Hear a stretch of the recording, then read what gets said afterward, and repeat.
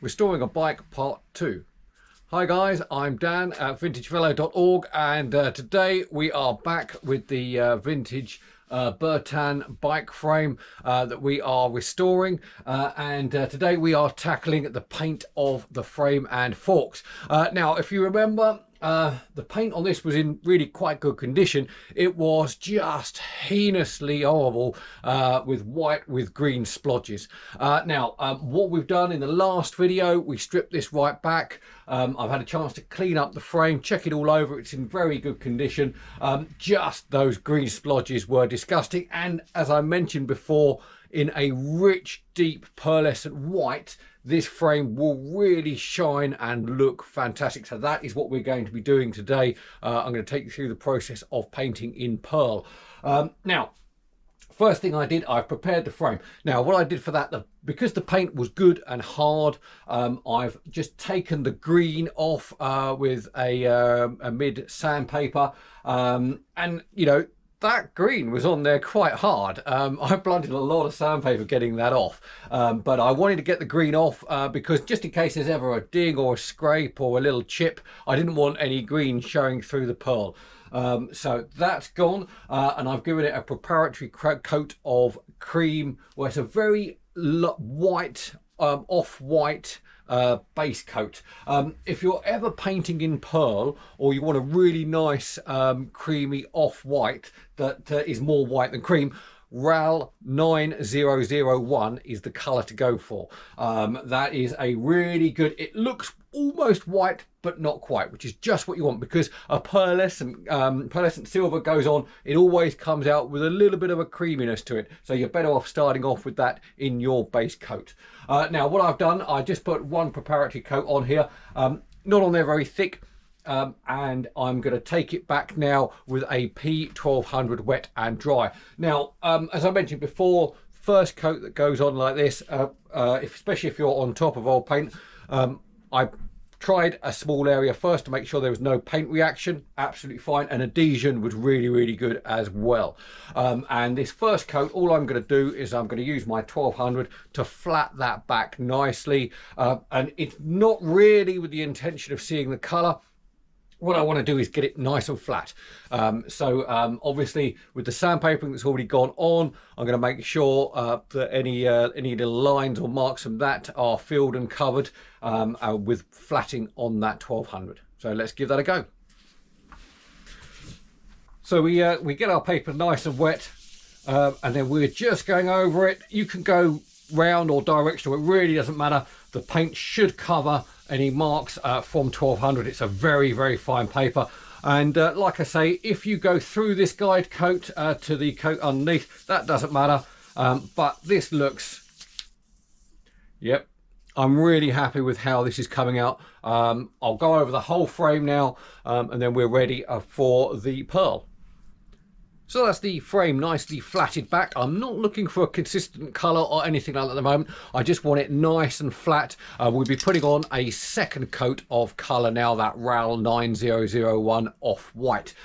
Now, I've mentioned this before, I'm using an aerosol can, but it's not aerosols like you buy in the shops or Walmart or anything like that. This is a specially prepared car paint that's mixed, put it in an aerosol can, and then pressurized, so it's fine to shoot out of an aerosol. Okay, these are available from specialist car paint manufacturers, so look them up on the internet. That's what I would recommend. You get a better finish and a better hardness to the product that way.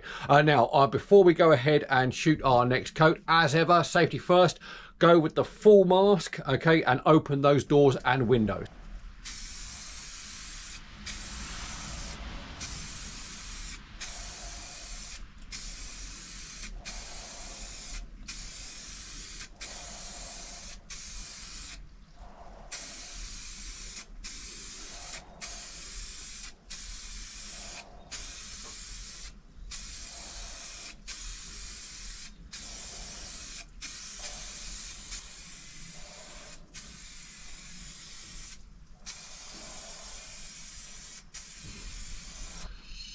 So that's the second coat of off-white base coat on there.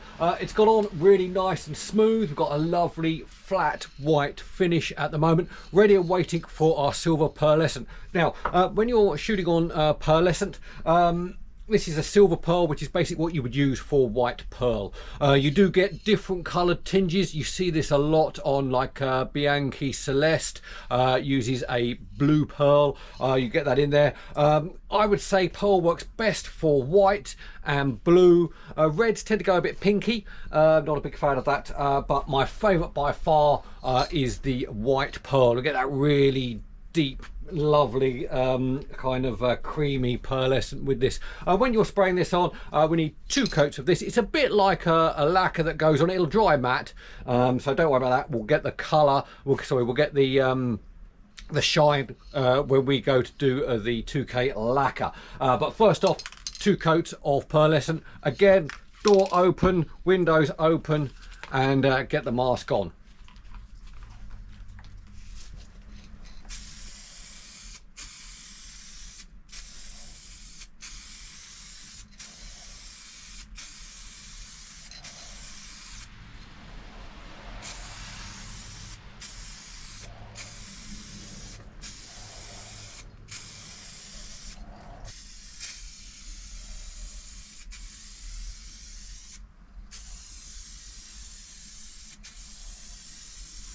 Frame's had a couple of weeks now to harden off and breathe a little bit. That pearlescent lacquer does like to breathe for a few weeks before you put your 2K lacquer over the top. So always leave it for a bit, else you can have a few problems later down the line. Now we're going to be putting on our decals now. Handy little hint for you.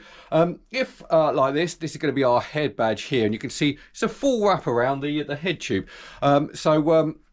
To help guide you, because when you put this on, you really have only got one go at getting this on. A little bit of spray water on there helps, but the closer you can get it on the first time, the better. And I always find, use a little bit of very low tack masking tape just around the back where you want these to kind of line up.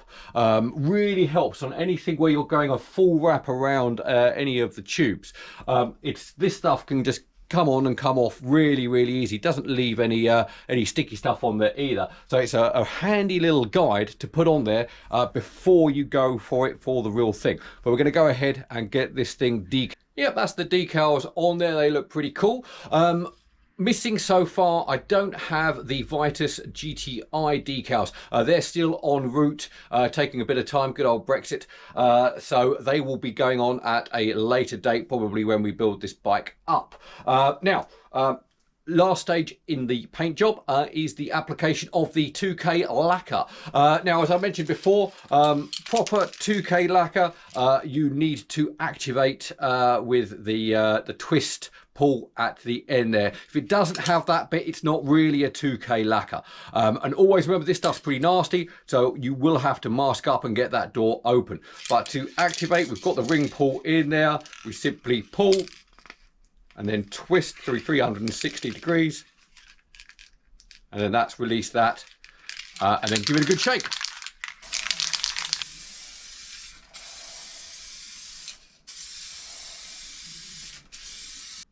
Great. We've got the first coat of lacquer on there. It's looking really good. About to shoot the second coat of lacquer on. Then I'm going to leave it for a few weeks to harden off. Avoid the temptation to put layer after layer of lacquer on there in a hope that it's going to give you a deeper, richer shine. It won't. You can, once you've got that kind of nice wet look shine, leave it well alone. Repeated applications of lacquer, you can start to get shrinkage and orange peel and strange effects like that don't work very well and are hard to eradicate. So once you've got it right, leave it well alone. We'll be coming back for part 3 of restoring a bike.